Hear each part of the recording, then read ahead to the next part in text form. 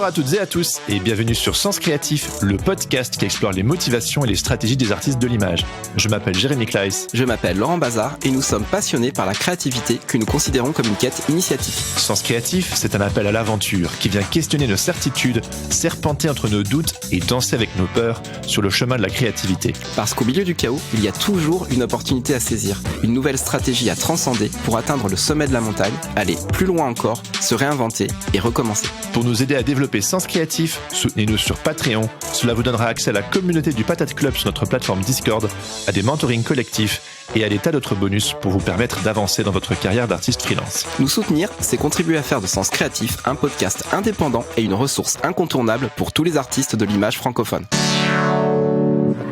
Alright. Bon, on se lance ?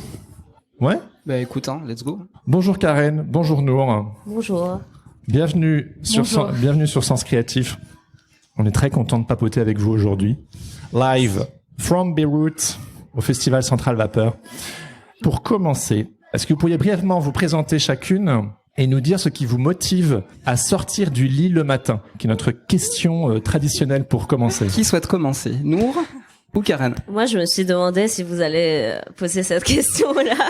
Always. Et donc, Every time. Nour, tu commences. Ce qui me motive, je sais pas trop, en fait. C'est vraiment une question très difficile. Et qu'est-ce qui te motive à aller dormir le soir? Là, maintenant, je suis pas en train de dormir. Je prends des médicaments pour dormir, donc. Oui. Les migraines, on va en parler pour les migraines. J'ai posé à dessein par rapport au sommeil. Ouais, mais sinon, ça dépend, en fait, vraiment, ça dépend de ce que je suis en train de vivre, les projets, mais en général, je sens vraiment, pour être honnête, je sens pas que j'ai la motivation, genre, interne qui me pousse, à me réveiller le matin, mais, Sinon, on va chercher ensemble. Mais oui, on va chercher ensemble. Dans quelques minutes, là, on va le savoir, c'est ça. C'est mon premier podcast, ah alors ouais, bon, on est ma indulgent. première interview aussi, comme ça, genre en public, donc. Okay. Bon, on est honoré que tu sois là. Je vais galérer. Et pour les personnes qui te connaissent pas, est-ce que tu peux brièvement te présenter un petit peu? Ok, je suis Karen Kérouz, je suis dessinatrice et autrice de bande dessinée libanaise. Je fais partie aussi du collectif Samandal.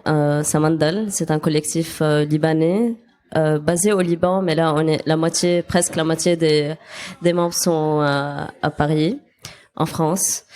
Et je viens de sortir, en fait, mon deuxième livre vient de sortir à Beyrouth. Peut-être on en parlera de ça après. Sinon, ouais. Ouais, merci. Nour? Je m'appelle Nour Hifaoui. Je suis autrice de bande dessinée et illustratrice. Je suis libanaise et d'origine palestinienne et je réside maintenant à Paris. Je suis aussi membre du collectif Samandal qui est basé entre le Liban et la France.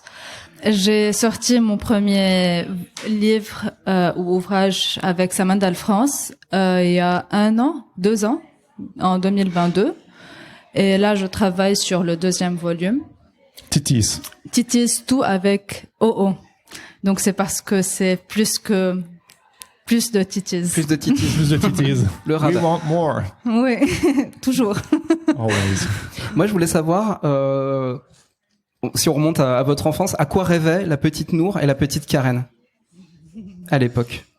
Donc toi, tu étais en Palestine? Non. Non, tu étais déjà au Liban? Je suis née au Liban, mon père est né au Liban.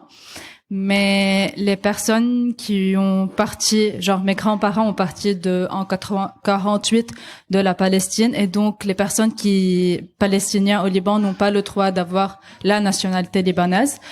C'est une très longue histoire comment j'ai eu la nationalité libanaise. Peut-être ça sera une BD un jour. Mais et vous êtes illustratrice toutes les deux aujourd'hui, et donc quand vous étiez petite, comment vous avez aussi découvert l'illustration, le dessin, votre rapport à sa petite? L'envie de raconter des histoires.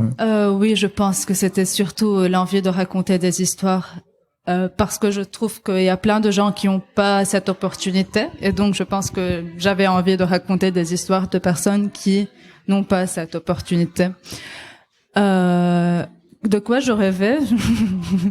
Je pense que quelque part, bien sûr que j'avais plein de rêves. Les rêves sont en train de baisser de plus en plus. Tu les revois à la baisse, c'est ça?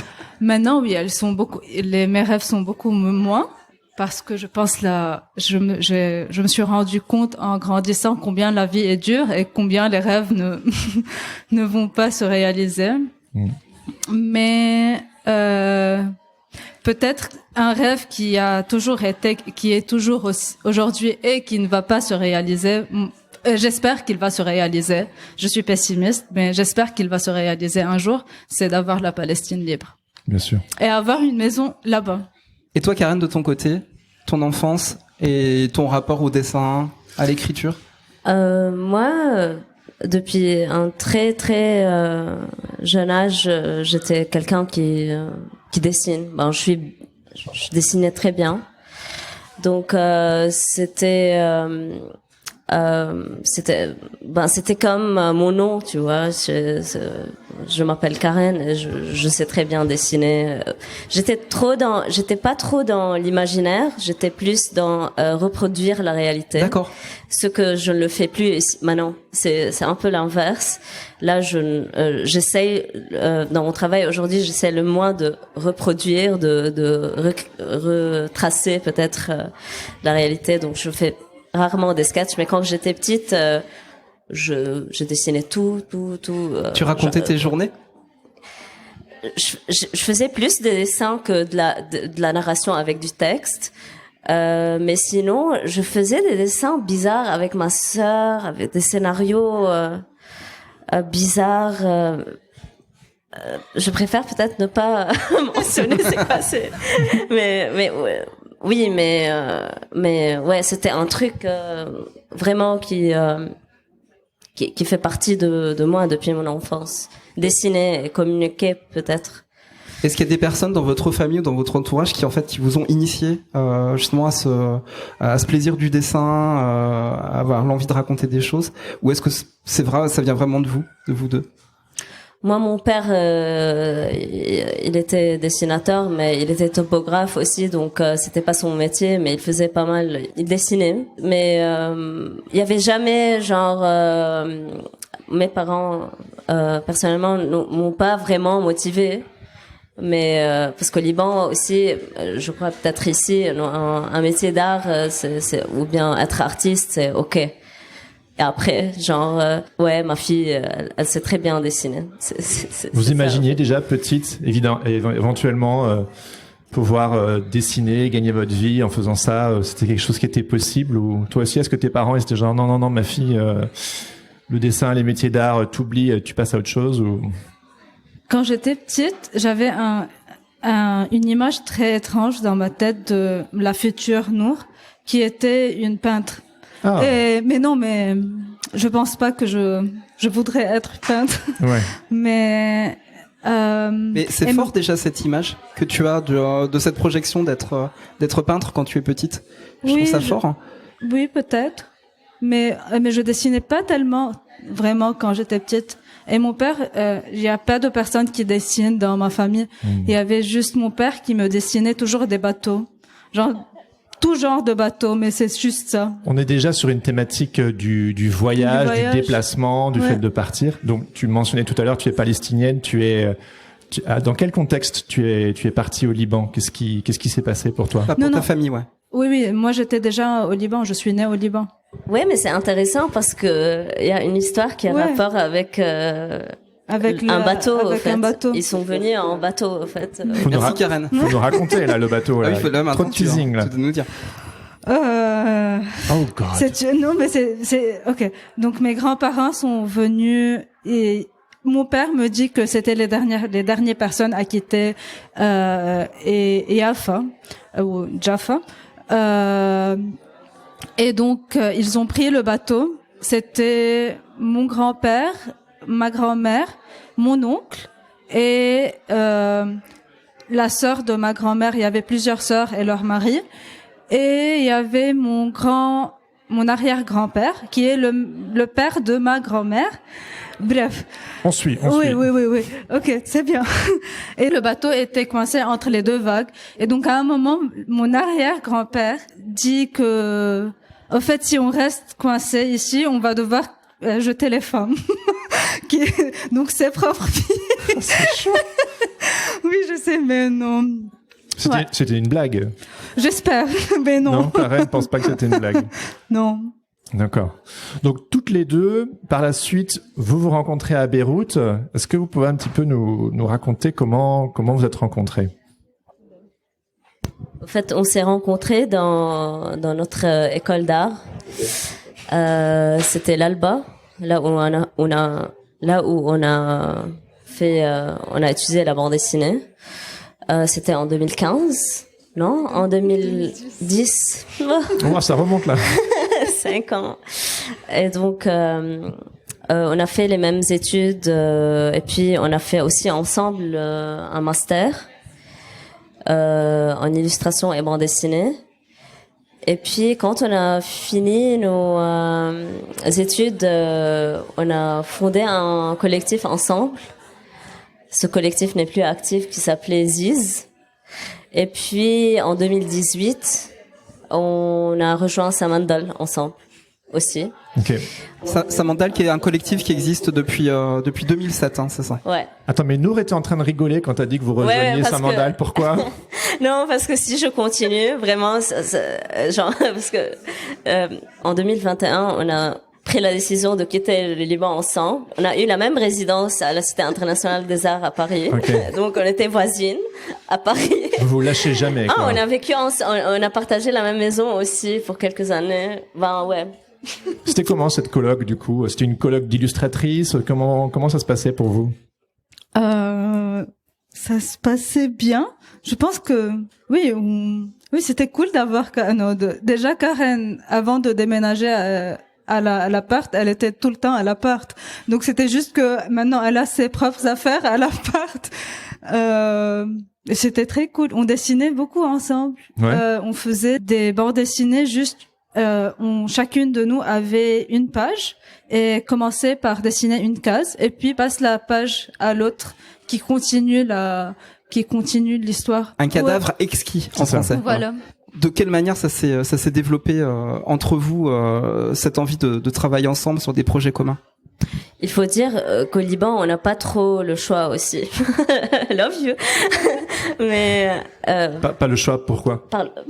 Je veux dire que c'est une communauté, c'est vraiment une petite communauté de BDistes. Et là, il y a que une école d'art qui a un domaine de bande dessinée, donc on est vraiment peu, on se connaît. Là-bas. Ouais, donc et puisqu'il n'y a pas vraiment cette scène qui existe déjà, on a tendance toutes et tous à se rejoindre. On a ce côté collectif, au fait. On a ce côté où on sent qu'on doit faire les choses ensemble. Donc pas le choix. Si on veut que quelque chose se fasse, il faut y aller. Ben ouais. Personne le fera à votre place. Sinon, tu te sens vraiment seul. Ouais, parce que à part Samandal, il n'y a pas vraiment aussi des maisons d'édition libanaises de bande dessinée, je veux dire. Donc, il y a toujours ce sentiment qu'il faut créer des choses ensemble pour que ça se réalise, en fait. J'allais dire aussi que avant de rejoindre Samandal, on avait l'envie de créer de la bande dessinée. Et une des membres de Samandal qui est fondatrice de Samandal, c'est Elena Merij, qui nous a regroupé un groupe d'illustrateurs et illustratrices et pas tous et toutes amis. Elle nous a regroupés, elle nous a dit allez, commencez un collectif. On a dit OK. On a commencé le collectif Ziz. Et là maintenant, je pense qu'il y a un peu plus de collectifs au Liban aussi qui font de la bande dessinée. Vous avez été un peu précurseur à l'époque, quoi. Oui, peut-être, je sais pas. Et du coup, vous êtes amie, vous êtes illustratrice. Comment vous décririez le travail, l'approche graphique, l'univers de l'autre? Si Karen, tu devrais décrire Nour, et Nour, tu décris Karen. Le Le travail de Nour est assez provocant, je crois, assez direct pour moi. Moi, je sens que c'est aussi assez libre et très libre en fait. Très libre avec ce choix, son choix de thème aussi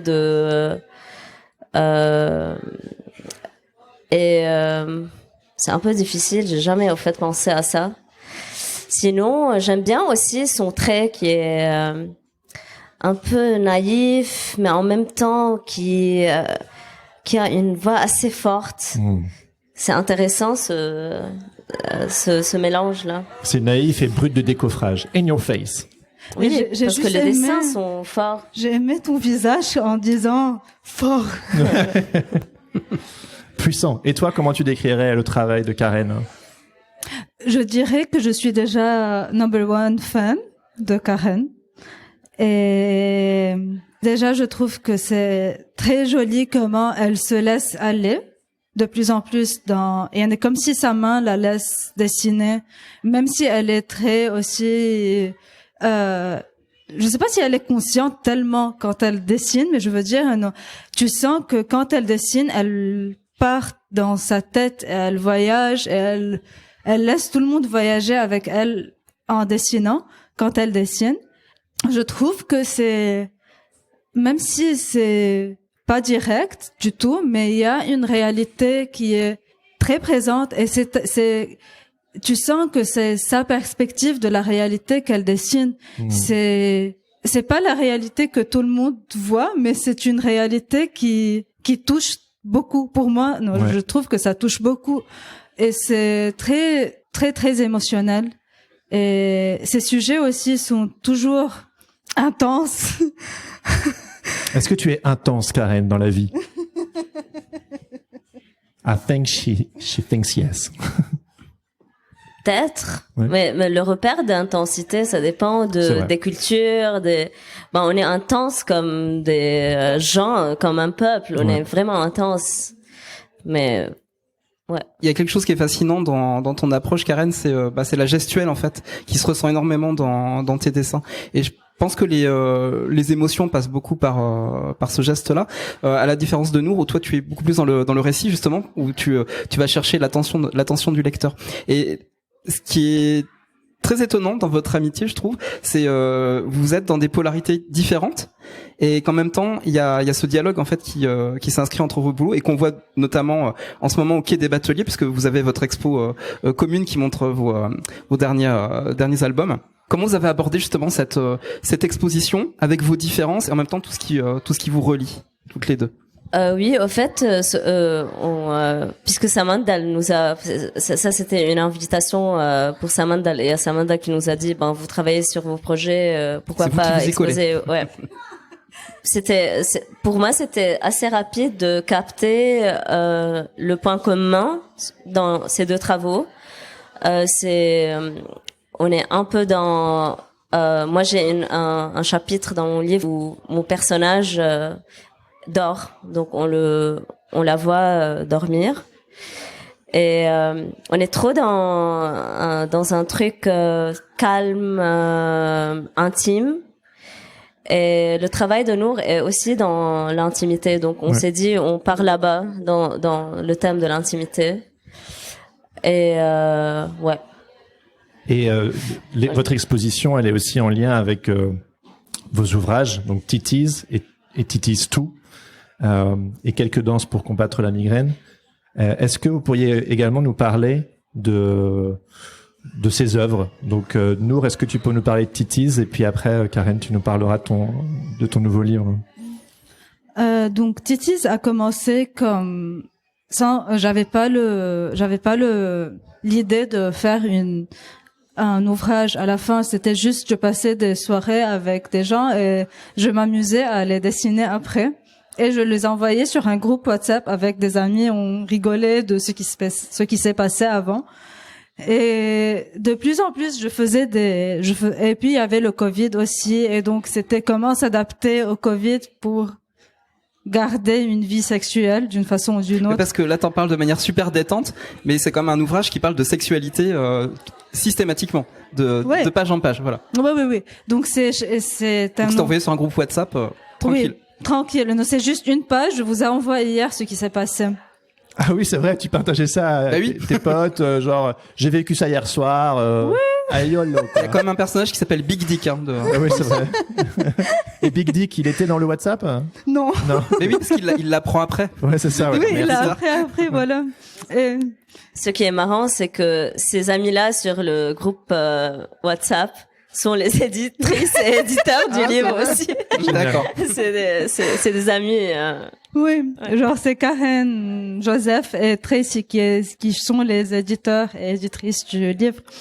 Non, ils savaient déjà tout le parcours du livre, donc c'était facile de les convaincre. Tu voulais faire un livre ou au début tu l'as fait juste pour rire Non, vraiment c'était juste au début pour rire. Ouais, donc c'est un recueil en fait de toutes tes aventures. Mais à un moment, je pense que j'ai compris que il y a quelque chose de vraiment réel et de sensible, je pense, dont je parle et d'intime.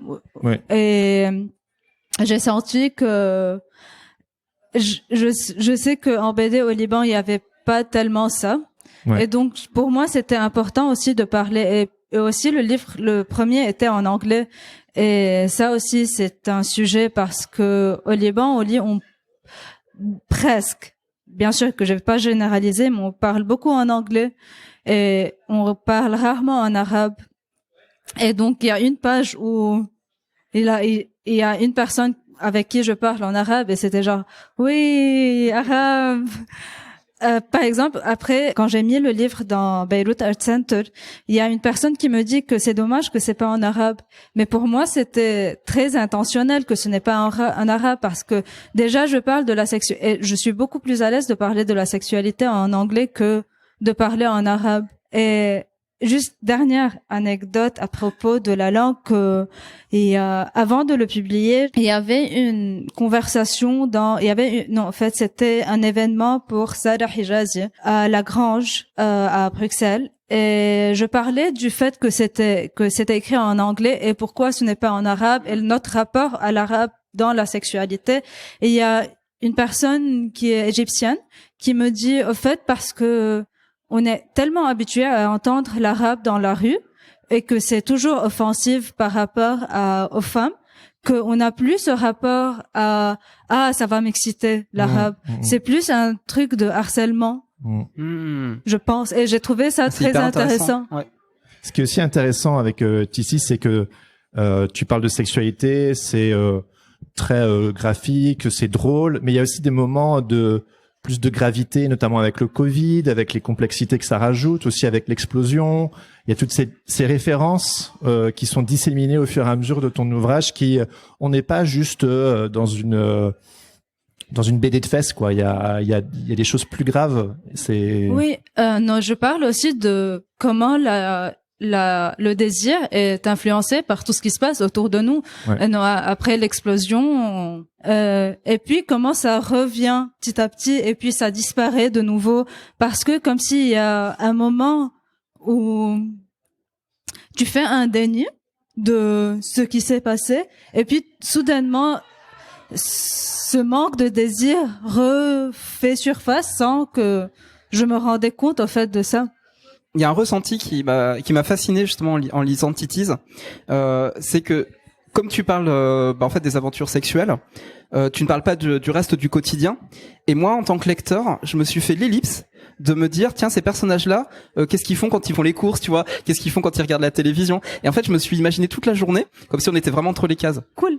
Toi Et toi, Karen, quelques danses pour combattre la migraine. Donc, on saisit bien que la migraine, c'est une longue histoire d'amour ou pas, mais en tout cas, c'est quelque chose qui est au plus proche de toi. Est-ce que tu peux nous parler de cette bande dessinée, de ce que tu as voulu peut-être exorciser, raconter? Parle-nous de ça, ouais. Quelques danses pour combattre la migraine. C'est une BD qui parle d'une histoire d'amour qui est en train de finir. en fait. Ça, c'est le premier layer, peut-être, Il y a de plusieurs l'histoire. couches. Ouais, je crois. Il y a aussi le rapport avec les tâches qui est très présent dans le livre parce que. Tu peux nous raconter l'anecdote des tâches? Au fait, c'est un vrai truc, au fait, qui s'est passé. On commence à parler des trucs intenses. Ah, je sais. Désolé. Ouais. Bienvenue sur Sens Are you Créatif. ready? Ok, donc le livre est basé sur des tâches que je les transforme en des dessins. C'est assez spontané comme création d'images. L'anecdote des tâches pendant la guerre au Liban, moi j'ai pas vécu les guerres civiles, mais il y avait trop ce concept de les gens se regrouper dans des lieux parce que là cette maison là est bien protégée des bombardements et des trucs comme ça. Donc une fois il y a eu je sais pas comment dire ça en français, Asif, Raphaël, help us. Là, je suis en train de blaguer. Là, ok. Ouais, disons une bombe qui est Une déflagration? Ouais, c'est okay. l'effet de la bombe, en fait. Ouais, exactement. Il y a eu ça à côté de chez ma grand-mère. Il y avait une femme qui a été blessée à côté de chez eux. Et donc, la Croix-Rouge est venue pour l'emporter et ils ont, les gens qui ont pris soin d'elle ont donné ses affaires à ma grand-mère parce que c'était juste à côté de sa maison. Et donc, je crois depuis ce jour-là, elles sont on est une famille de femmes. Il n'y a pas de mecs dans notre famille. Il y a que mon père. Même du côté de mon père, on est juste des femmes. Donc depuis ce temps, elles ont tous eu un tic de nettoyer. Et faire disparaître les tâches. Ouais, genre ma mère, elle nettoie des trucs genre. Et donc je parle de ça pour un peu dans le livre, mais ça c'est pas l'histoire au fait. C'est juste un contexte qui a rapport avec les tâches et le fait que moi je recrée des tâches. Tu dis que tu es une machine à faire des tâches. Dans ma tête, c'est quand je suis en train de la dire à ma mère d'une façon, comme si je suis en train de lui dire, je suis désolée, mais moi je nettoie pas comme toi. Moi je crée des tâches. Donc mon livre c'est des créations de tâches qui n'ont pas vraiment rapport avec ma mère, ni qui n'ont pas vraiment aussi rapport avec la guerre. Là, même si je suis trop en train de parler de ça, mais c'est pas vraiment de ça. Mais tu sais, c'est comme quand la nature en fait elle disparaît et quoi qu'il arrive, tu vois, elle commence à repousser. Et j'ai l'impression que tes tâches c'est un peu ça, elles reviennent mais sous une autre forme en fait que t'as rendue vertueuse et jolie quoi. Grâce à ta poésie. Merci. C'est vrai. Est-ce que ta maman elle a lu ta BD? Oh my God. Ma mère, elle est une enseignante de littérature arabe. Et mon livre est en arabe. Il faut mentionner ça. Donc, le livre a sorti en arabe à Beyrouth. Et donc, je lui ai dit, elle est habituée avec sa mandale. Parfois, on a besoin de quelques corrections, qu'elle voit le texte, qu'elle le corrige. Donc, elle est habituée à chaque fois que je lui fais lire une BD ou bien un texte de corriger l'arabe. Donc je lui ai dit, on s'est rencontrés à Noël, et je lui ai dit, non, tu peux lire mon histoire, mais s'il te plaît, ne me donne pas des corrections en arabe, c'est juste, non, lis comme si tu es une lectrice. Et je suis revenue après 30 minutes, elle était comme avec un papier. Mais Karen, elle a commencé à me donner des corrections. Elle n'a même pas donné un commentaire à propos très du technique. livre. Ouais, donc, ouais, elle a lu le livre, mais elle l'a lu d'un côté qui nettoyait au fait mes tâches. Ah oui, c'est intéressant, ouais. Elle n'a même pas, je crois, je suis sûre qu'elle va écouter ça, donc je dois être plus gentille. On lui fait des bisous. Et ben on lui fait des bisous. Elle aime trop mon travail en fait, mais quand elle a, ouais, elle m'a dit aussi un truc. Au Liban, les parents sont très stricts. Elle m'a dit, tu as pris 5 mois à faire ça. Je crois que elle m'a dit, ça fait 5 mois que tu me parles de ça, et ça se fait. Ça doit se faire plus rapidement que dans 5 mois. Donc, elle est assez Exigeante, ouais. Donc c'est en plus elle parle les avec profs. un ton de prof tout le temps. Mommy, please. Mais ce qui est intéressant dans vos deux travaux, finalement, c'est en tout cas une impression que j'ai, vous me corrigez si je me trompe, mais c'est une réappropriation de l'intime, que ce soit à travers la sexualité, le rapport aux tâches, puis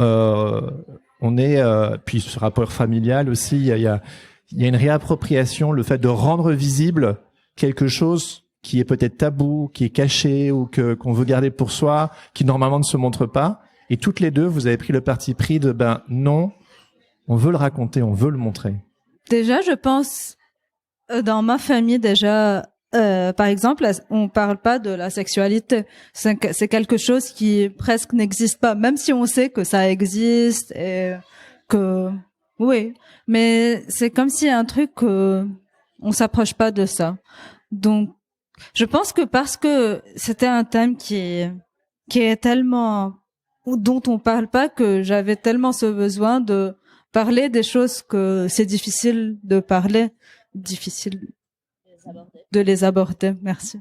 Et vous êtes senti comment quand les livres sont sortis, quand vous avez eu le retour de peut-être vos lecteurs, vos lectrices, le fait que ça y est, c'est accouché, c'est là. Comment vous vous sentez? J'étais hyper contente, hyper contente. Et ça m'a fait tellement plaisir. Déjà, on l'a publié en Europe et on l'a imprimé en Europe. Donc le moment de le faire arriver à Beyrouth, c'était un moment très touchant, très émouvant pour moi. Non. Finalement, mon livre existe au Liban. Bah oui, voilà, ouais, c'est clair. C'est une belle victoire. Et vous l'avez évoqué plusieurs fois, Samandal, finalement, concrètement, donc ça existe depuis longtemps. Vous avez rejoint en 2018. Est-ce que vous pourriez nous présenter ce collectif, cette maison d'édition, ce que vous y faites? Parce que voilà, aujourd'hui, vous faites partie de l'équipe qui pilote. C'est quoi Samandal? Samandal est née je crois que on n'est pas les fondatrices, donc mais je crois qu'en 2007 c'était un sentiment de créer il y avait un groupe d'amis ou bien de gens qui voulaient être publiés et il y avait pas de maison d'édition de bande dessinée, donc ça a commencé comme ça. Et ils sont pas des illustrateurs ni de BDistes. Ils venaient de différents backgrounds. Ils faisaient de la peinture, de l'animation, du graphisme. Et donc ça s'est commencé comme ça. Et ça, apparemment, on était vraiment jeunes. Là, en 2007, j'avais 13 ans.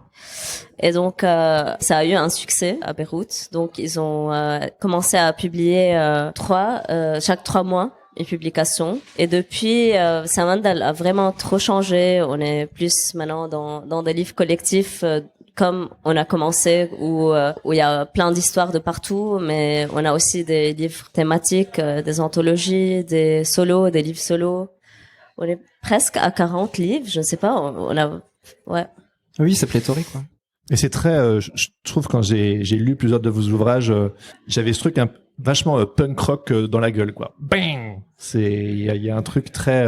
C'est quand même, c'est un collectif qui est quand même assez underground. En fait, c'est intéressant parce qu'il y a quelqu'un qui vient de me demander ça, ou bien je discutais avec Carla. Je sais pas, mais c'est intéressant parce que de parler de underground, ouais, alors qu'il n'y a pas de ground au Liban. Ah oui. Il y a pas de c'est un peu bizarre. Oui, ben voilà, c'était ça. On fait ce qu'on fait, mais je crois que c'est vraiment un truc qui s'est créé organiquement des besoins, des envies de ces gens-là, et qui a continué et qui a changé avec les envies des membres qui venaient dans le collectif et qui partaient aussi. D'ailleurs, cette énergie et cette force, elle est récompensée en 2019 parce que pour le coup, Samandal obtient le Fauve à Angoulême. C'est pas un petit prix, c'est un grand prix. Et vous avez participé justement à ce numéro. Qu'est-ce que ça a changé pour Samandal d'obtenir ce prix à Angoulême et ce que ça vous a fait à vous en fait? Les questions difficiles, je les garde à Karen. Elle est sympa, me regarde en mode. Genre, allez, go, vas-y. Bien sûr, c'est un des meilleurs prix qu'un collectif peut avoir. Mais sinon, concrètement, dans le travail et tout, je sais pas si on était très heureuses et heureux, bien sûr. Je crois que c'était très, j'étais très contente d'entendre que on était dans la salle. C'était un moment très beau. C'était un push, bien sûr, pour nous, parce qu'on sent que nos travaux arrivent quelque part, on est lus. Et c'était pour nous aussi parce que on n'était pas en France. Et je me souviens cette année-là, c'était à chaque fois qu'on partait à Angoulême, on venait de Beyrouth avec nos livres de Beyrouth. Et c'était vraiment, je me souviens, j'étais avec Tracy cette fois-ci et on a pleuré vraiment 3 fois en venant. À un moment, on était dans une gare, je sais plus quelle gare parce que je connaissais pas Paris. Et il y avait aucun escalier électrique qui marchait, donc on a vraiment pleuré. On peut plus transporter des livres jusqu'à la France. Donc pour moi, c'était un peu un soulagement de tous ces de tous ces moments de fatigue en fait. Et donc là, on parle du prix Angoulême, mais initialement, quand vous avez rejoint le collectif, et puis maintenant vous êtes dans l'équipe de rédaction, qu'est-ce qui vous motive intrinsèquement? C'est quoi le moteur à l'intérieur qui vous pousse vraiment à vous investir? Parce que c'est quand même beaucoup de travail, beaucoup d'heures, beaucoup de réunions, j'imagine. Enfin, c'est quoi cette hargne qui vous fait, qu'est-ce que vous voulez accomplir avec Samandal à titre individuel et collectif? Je ne sais pas, mais j'aime beaucoup Samandal. Je sais pas qu'est-ce qui, peut-être, parce que quand j'ai décidé de faire la bande dessinée au Liban, je me suis dit, ok, il y a Samandal. Donc j'ai cru qu'il y avait un marché de bande dessinée. Donc je me suis dit, ok, parfait, je n'ai pas à m'inquiéter.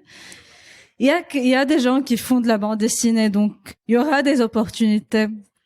Mais au fait, il y avait pas de marché. Il y avait juste Samandal qui faisait de la bande dessinée. Et peut-être c'est pour ça aussi que j'aime tellement continuer à travailler dans Samandal, parce que ça m'a donné tellement de motivation, je me dis peut-être aussi ça donnera des motivations à d'autres personnes de croire à la bande dessinée arabe. Et j'aime créer des projets avec des amis parce que je pense que les membres ne sont plus des collègues, ils ne sont pas des collègues de travail. C'est vraiment des amis que on crée des projets ensemble, on pense à des projets ensemble, on pense à ce qu'on a envie de faire maintenant. C'est joli, c'est beau de travailler avec elle. Et oui, et puis Samandal, c'est la maison. Et à la maison, il y a les amis, il y a la famille. Ouais, c'est sûr. Et je pense que Samandal m'a beaucoup donné. Ça, c'est sûr. M'a beaucoup donné. Donc, peut-être aussi, Tu as envie de rendre? ouais. Il y a notamment un ingrédient qui est important chez Samandal, c'est l'horizontalité, c'est-à-dire les prises de décision se font de façon collective. Donc tout ce qui est éditorial, aussi le fait de recevoir aussi les travaux, les propositions. Comment ça fonctionne? Est-ce que n'importe qui peut vous envoyer des travaux? Est-ce que comment vous fonctionnez là-dessus? Ben ça fonctionne. On a 3 types de publications. Donc pour le open call, oui, on met sur les réseaux sociaux. Parfois on envoie par mail que on a une open call et on reçoit des BD du monde entier et on n'est vraiment pas trop exigeant par rapport au choix. On essaye de notre mieux. On est un groupe de 5-6 parfois de jurys qui choisissent. On essaie de notre mieux. On aime bien l'idée de Samandal, la première idée de Samandal d'être publié, de publier les jeunes artistes. Ça, c'est pour les open call. Donc, on a vraiment parfois on a 40 BD artistes. Sinon, il y a les anthologies qui sont d'habitude c'est une envie. Ça commence toujours par une envie. Chaque anthologie a une thématique bien particulière. Ouais, et on essaye de notre mieux d'entendre ce que les membres ont envie dans quel thème ils ont envie de creuser. et on vote sur les trucs. Parfois, on est toutes et tous partant tout de suite sur des thématiques. Sinon, donc, on a ces anthologies-là. Parfois, on invite des gens pour éditer, pour être éditrice et éditeur sur les livres. On a aussi des projets de solo. On publie des livres solo. On vote aussi pour publier des trucs. Oui. Alors, tout à l'heure, on a évoqué le prix à Angoulême. Donc ça, c'est un sujet de réjouissance. Mais quelles sont éventuellement les difficultés que vous rencontrez avec Samandal ou dans votre travail? On est tous bénévoles à Samandal. Donc, on n'est pas rémunéré pour plein de travail qu'on fait, genre des tâches administratives. Et donc, ça nous rend aussi des fois juste d'essayer d'équilibrer entre nos travaux personnels et le travail pour Samandal. Donc il y a plein de fois où on n'est vraiment pas responsable. Et vraiment, genre des fois on reçoit des mails, on reçoit des messages et on n'arrive pas à répondre directement. Les difficultés sont aussi et surtout dans la distribution. On a un distributeur en France, mais quand même, on n'arrive pas à distribuer en dehors de l'Europe. Donc, mais ça, on va bientôt régler ça. On va ouvrir notre online shop. C'est vrai, cool. Oui. Après 13 ans, plus. Je suis 18 ans.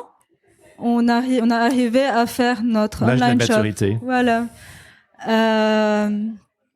Et donc oui, on galère dans ces trucs surtout. Et par exemple aussi, à un moment, on a tellement galéré avec l'argent à cause de la crise économique qui s'est passée au Liban. Notre argent a été bloqué à la banque et donc retrouver une autre solution pour trouver des alternatives pour continuer à travailler. Il y a eu plein de difficultés, mais persistant. Vous avez toutes les deux fait le choix de venir en France pour poursuivre votre carrière. Ce choix-là, il est motivé par quoi et comment vous vivez cette expatriation? Par les catastrophes.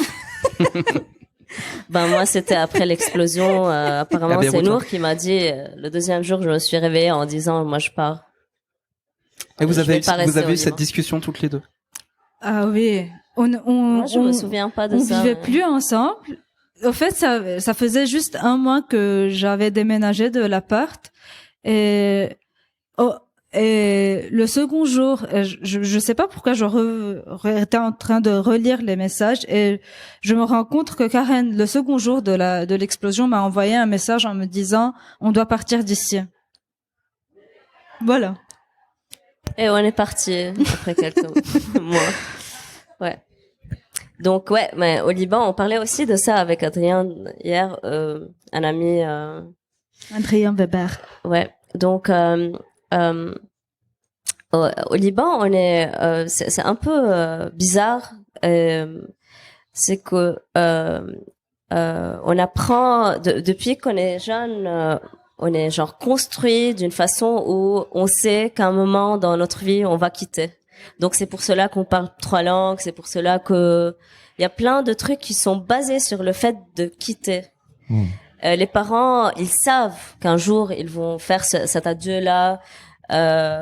Donc c'est un truc qui est là tout le temps dans notre tête et ça dépend des situations quand est-ce que chacun trouve une opportunité ou bien décide de partir. Et sachant qu'au Liban, ce que vous disiez tout à l'heure, c'est qu'il y a pas une grosse scène, si j'ai bien compris, vous me corrigez si je me trompe, une grosse scène graphique ou de bande dessinée. Voilà, il n'y a pas d'underground, c'est du ground, voilà, tout simplement. En arrivant en France, du coup, à Paris, vous êtes toutes les deux à Paris, hein, si je me trompe pas. Voilà, comment vous vivez du coup peut-être cette scène française, la culture française graphique ou l'approche visuelle, j'en sais rien, mais comment vous le vivez ça se La première année, je suis venue, j'ai fait une résidence à la Cité des Arts. Ah oui. À la Cité des Arts à Paris. Et donc, je venais et je me souviens maintenant que j'avais pas vraiment la tête là. Genre, ma tête était encore en train de recovering. Donc, j'étais juste en train de me rétablir À la vie, et donc j'étais pas très focused à quoi faire, comment travailler. J'ai sorti Titi's et j'étais genre ok, ça marche. J'étais contente, et puis je pense 1 an plus tard, genre la vie m'a redonné une autre gifle, genre non, c'est pas comme ça que ça se passe. Donc tu as fini ta résidence, tu dois rentrer dans un système très nouveau, très nouveau, et je suis introvertie aussi, donc c'est très difficile pour moi de juste aller dans des lieux et rencontrer des gens. Tu n'es pas introvertie dans tes histoires, mais dans la vie, tu l'es, voilà. Mais actually, là, dans Titi's 2, celui que je suis en train de travailler maintenant, je pense que je vais devoir parler un peu de la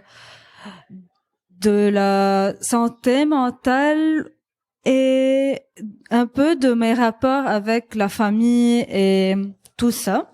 Et donc, ça, par exemple, dans ça, j'hésite tellement et j'ai tellement peur de faire ces pages parce que je sens que c'est là que je suis en train de devenir nue devant les lectrices. Ouais, et que ça quand va je parle... titiller le ventre, là, oui, cette fois. voilà. Mm. Et quand je parle de la sexualité, là, je m'en fous tout carrément. Mais quand je vais parler de trucs vraiment psychologiques, que je sens que c'est lourd, c'est vraiment genre ne plus avoir des façades. C'est vraiment Tu te rends vulnérable. Oui, trop. Et aussi au regard de ta famille. Oui, trop. Et comment tu le vis? Parce que malgré tout, tu vas le faire, tu le fais. Qu'est-ce qui t'a aidé à dépasser cette peur de t'exposer? J'ai pas encore dessiné ces pages. Ah, tu les repousses. Oui, le process, ça veut dire. Mais tu vas y arriver. Qu'est-ce qui te donne le courage d'y aller quand même? Je pense que c'est la vulnérabilité et que ça devient un besoin. C'est-à-dire qu'avant, tu n'avais pas besoin. Non. Et maintenant, ça devient un besoin, donc tu vas t'y mettre. Et je pense que ça marche pas. L'histoire ne marchera pas sans ces pages aussi. Oui. Sans vraiment le côté de coming out, de parler avec mes parents, de tout ça, non. Juste faire, passer des étapes, juste et montrer la sexualité comme elle est, genre, ça marche pas. Et il y a aussi un truc dans le titre, enfin, le double jeu de mots, Titi's 2, où c'est genre le numéro 2, mais tout est au haut. Et toi, Karen, du coup, pour la scène française, comment tu l'appréhendes, ou la mentalité française dans la scène graphique ou l'illustration? On va rappeler aussi que toi, Karen, tu es passée par le CNBDI à Angoulême pour faire une résidence, notamment ce qui t'a permis de travailler sur ta bande dessinée. Exactement. Moi, j'ai senti au fait que j'ai vraiment rencontré la scène, c'était à Angoulême. Parce que à Paris, c'est assez grand. J'étais tout le temps avec mes amis et les événements de mes amis parce qu'on est tous et toutes des artistes en majorité. Et sinon, à Angoulême, j'ai senti que j'ai vraiment j'ai connu un peu plus la scène là. Donc c'était pour moi c'était là où j'étais en contact vraiment avec des gens qui font la même chose, en fait, autre que mes amis de Paris. Et pour préparer cet entretien, Laurent a parlé avec vous et a été évoquée l'idée de la censure en France. Quel regard vous avez un peu sur... Moi, dans mon travail, je ne le sens pas vraiment. Parce que même au Liban, c'était pas, je ne pense pas vraiment trop à la censure parce que mon travail ne touche pas aux sujets qui peuvent être censurés à Beyrouth, au Liban, pardon. C'est quoi donc la sexualité, donc de toucher à la religion, n'importe quelle religion. Donc, mais et des fois pour parler des personnes, des gens politiques. Ouais. Sinon, mon travail n'est pas tellement là-bas et je ne suis pas vraiment dans la provocation. Ça m'intéresse pas. Mais donc, mais en tant que membre dans Samandal, c'est une très grande question, la censure, parce qu'on a eu aussi le procès. On a eu des problèmes, un procès avec l'Église catholique. Ah bon? Ouais, pour une page, il y a en 2009 pour oui, c'était un ouvrage. avant votre venue dans Samandal. Ouais, donc là, on est depuis ce jour, même si j'étais pas à Samandal, je savais pas que Samandal existe, mais ça a été comme transmis à notre génération de membres où on est toujours, on a vraiment tout le temps peur de ce qu'on va publier parce que au Liban, la censure, c'est vraiment au pif. Parfois, tu peux publier un truc qui peut être, qui peut passer, et parfois un truc qui est pas vraiment c'est vraiment au pif comment il censure et comment ça fonctionne, comme plein de choses au Liban. Et donc je sens ça quand on publie un livre, quand on a des gens qui sont dans les livres, on a un peu peur de leur sécurité, par exemple, si ils habitent au Liban et tout ça, l'idée de censure, mais finalement, c'est ça ma relation en fait avec la censure, parce que mon travail ne touche pas au fait à des questions très politiques, parce que je n'aborde pas les sujets vraiment directement, je parle pas des trucs jusqu'à maintenant, je dis pas les choses de cette façon-là, c'est pas ma façon de dire les choses, mais donc je ne sens pas vraiment ça que ce soit là ou au Liban, parce que mon travail est un peu décalé de ce truc. Et pour toi, Nour, qui aborde des sujets justement peut-être plus ancrés dans la réalité, dans la sexualité, la politique, ces choses-là, comment tu vois cette question-là? Par rapport à je dois rappeler que sur ton Instagram, tu y vas quoi. C'est il y a vraiment des super dessins sur l'actualité. Ouais. Je laisse les personnes qui nous écoutent aller voir ta page Instagram, mais ton message est clair. Oui, bien sûr. Donc peut-être, donc juste pour parler, oui, au Liban, oui, il y a sûrement cette censure de la sexualité, peut-être, à combien c'est explicite ou pas. Par exemple, au début, pour Titiz, on avait décidé de l'imprimer au Liban, mais l'imprimeur avait tellement peur d'imprimer un livre pareil qu'il a dit que, au fait, il a dit à Karen, il lui envoie un message vocal à Karen en lui disant que tu m'as dit que le livre est explicite, mais tu m'as pas dit que c'était tellement explicite. C'est genre, ok. Donc j'étais genre, ok, donc on oublie, et puis Karen lui dit, ok, Monsieur Georges, on a décidé d'imprimer Monsieur Georges, c'est l'imprimeur avec qui on travaille. Donc on a décidé de l'imprimer en Europe, et merci beaucoup, blablabla. Il lui dit, mais dis à Nour, bonne chance dans tous ses projets, et j'espère qu'elle va succède et tout ça. J'étais genre, ok, ne t'inquiète pas, je vais supprimer les fichiers de chez moi. Et par exemple aussi pour Cute, on avait aussi peur de faire une grande marketing et publicité à propos du livre, parce que il y a des personnes qui habitent là-bas, et à un moment il y avait une grande vague d'homophobie et de transphobie et de phobie au Liban, et on avait peur que les personnes qui avaient participé au livre ne soient pas en sécurité. Oui.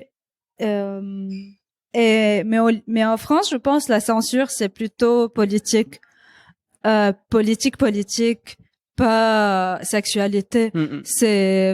Et je me demande tout le temps, est-ce que j'aurais des problèmes parce que je parle tellement de la Palestine, parce que je suis vraiment vocale, parce que tout ça, ou ça va? Jusqu'à maintenant, ça va, mais je me demande si à un moment ça va changer aussi. Il y a eu tellement de censure par rapport à toutes les manifestations qui ont pris lieu.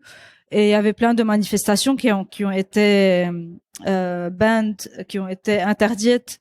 Donc, je sais pas. Non, mais c'est une intéressante réponse que tu donnes. Qu'est-ce qu'on peut vous souhaiter pour la suite de vos projets? C'est à toi de décider. Oui, voilà. Maintenant que la petite Karen et la petite Nour sont grandes, est-ce que leurs rêves se transforment? Qu'est-ce que vous avez en tête pour la suite? plein de beaux projets, que ça soit dans des collectifs ou pas. C'est d'avoir toujours le lieu et l'environnement pour s'exprimer, raconter des histoires, d'avoir une bonne santé et d'être capable, que ce soit physiquement et mentalement et tout, de créer. L'une d'entre vous disait au tout début de l'interview que petite, vous aviez des rêves qui étaient irréalistes. Et aujourd'hui, en tant qu'adulte, désormais en France, quels sont vos rêves réalistes, si je peux le formuler comme ça? Ce qui vous tient à cœur et que vous vous dites, je veux réaliser ça et je vais tout faire pour que ça arrive. C'est peut-être un rêve, c'est peut-être utopique, mais ça vaut la peine, je vais y aller. Moi, je crois que c'est très difficile de parler de ces trucs-là en tant que... moi, personnellement, je sens que j'ai pas la capacité ou le calme de vraiment penser à des rêves parce qu'on est en mode survie tout le temps. Mais on a des petits rêves. Peut-être moi, j'ai des petits rêves. J'aimerais bien, en fait, là, aujourd'hui, je crois que j'ai envie en parlant de réaliser ton rêve d'enfance. Je crois que j'ai envie de faire des dessins, peut-être de la peinture. J'ai envie d'avoir des grands dessins, dans un très grand lieu. Des tâches immenses. Ouais. C'est un petit rêve, c'est pas, mais, ouais, ouais. Et toi, Nour? Raconter beaucoup d'histoires et dessiner beaucoup d'histoires. Beaucoup. Et probablement, et peut-être surtout, raconter de la Palestine et de l'identité palestinienne. Et peut-être aussi de ce rapport entre le Liban et la Palestine. Et je pense que ça pourrait être réaliste, mais c'est aussi, je sais que j'ai plein de blocs personnels, identitaires. C'est pour ça que je n'arrive pas encore à faire tellement de projets sur ça, juste à mettre des illustrations sur Instagram sur ça. Mais oui, parce que je pense qu'on n'a pas tellement parlé. Il y a bien sûr beaucoup de livres et de films qui parlent de l'exil palestinien, de la catastrophe de 48, de toutes ces guerres, de tout ce qui se passe, du génocide aujourd'hui, de tout. Mais je pense que il n'y a pas tellement ce point de vue dans la bande dessinée. Et pour moi, je pense que c'est très important d'avoir une voix là-dedans. Merci Nour, merci Karen. Merci Sens Créatif. Merci à vous. Merci. Merci à tout le monde. Et puis bon après-midi. Ciao. Ciao, ciao.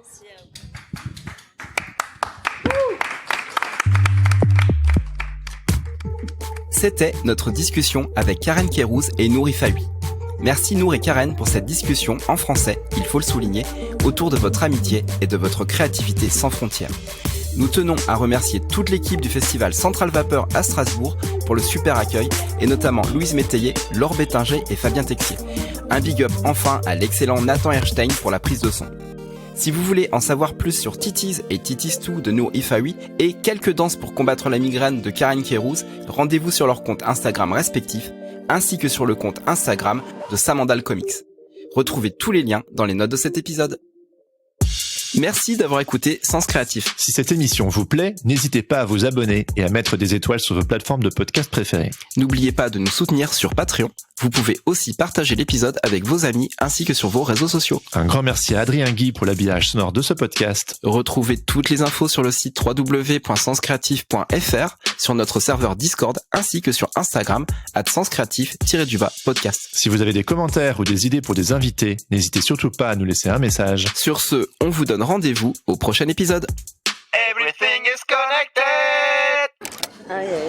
Ça va? Ça booste de l'énergie. Ouais. Ouais, c'est sûr. Nous aussi. Et high five. Ouais, à bravo. vous. Ah oui, Nickel. merci. Merci. Super. Comment vous l'avez comment vous l'avez vécu? Jérémy, Nathan ne peut pas appuyer sur le bouton. Appuie sur le carré.